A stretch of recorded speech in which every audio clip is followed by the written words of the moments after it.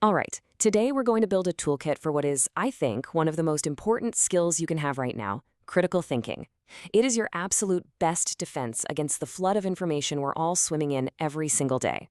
You know that feeling, right? You're scrolling through your feed and it just feels like this avalanche of conflicting opinions, hot takes, and stuff that might just be flat out wrong.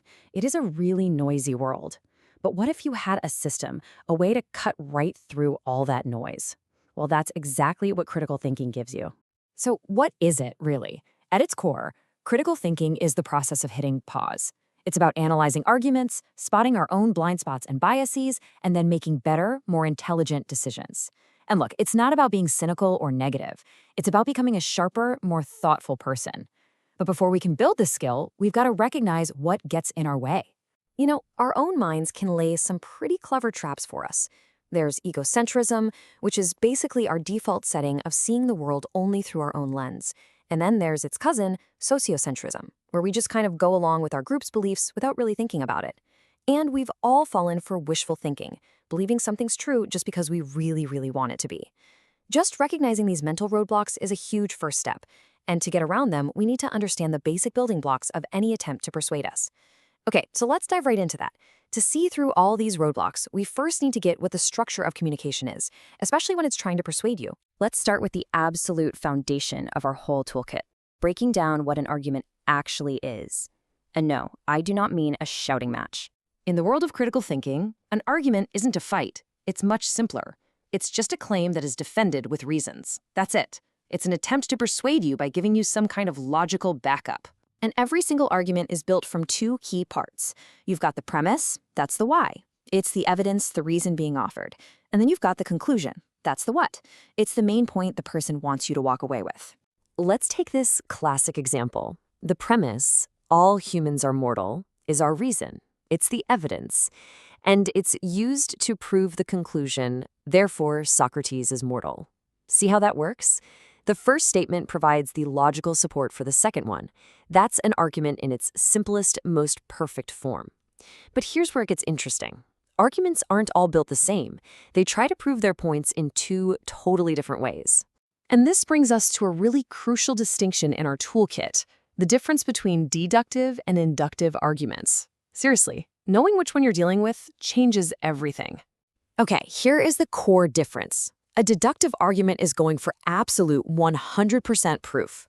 If its premises are true, the conclusion is guaranteed. It's totally inescapable. An inductive argument, though, it deals in probability. It argues that its conclusion is likely or probable, but never a sure thing. Let's go back to Socrates. This is a perfect deductive argument. If it's true that all humans are mortal, and it's also true that Socrates is a human, then the conclusion that he's mortal is absolutely, positively guaranteed. There is zero wiggle room. Now, check out this inductive argument. We have a poll, a statistic about a group. We know Joe is in that group, so we conclude he likely favors the amendment. But is it certain? Nope, not at all. He could easily be in that other 25%. The conclusion is just probable, not guaranteed. And that's inductive reasoning in a nutshell. So figuring out what kind of argument you're facing is huge. But what happens when an argument, whether it's deductive or inductive, has a hidden flaw, a bug in the logic? This is where the toolkit gets super practical. We're going to talk about spotting logical fallacies. These are really common mistakes in reasoning that are so persuasive because they're basically exploiting our mental shortcuts. So a logical fallacy is just a broken argument. It might sound really good, it might feel convincing, but when you actually look at it closely, the premises completely fail to give real support for the conclusion. They're like tricks of logic. And one of the most common ones you'll see everywhere is called attacking the motive.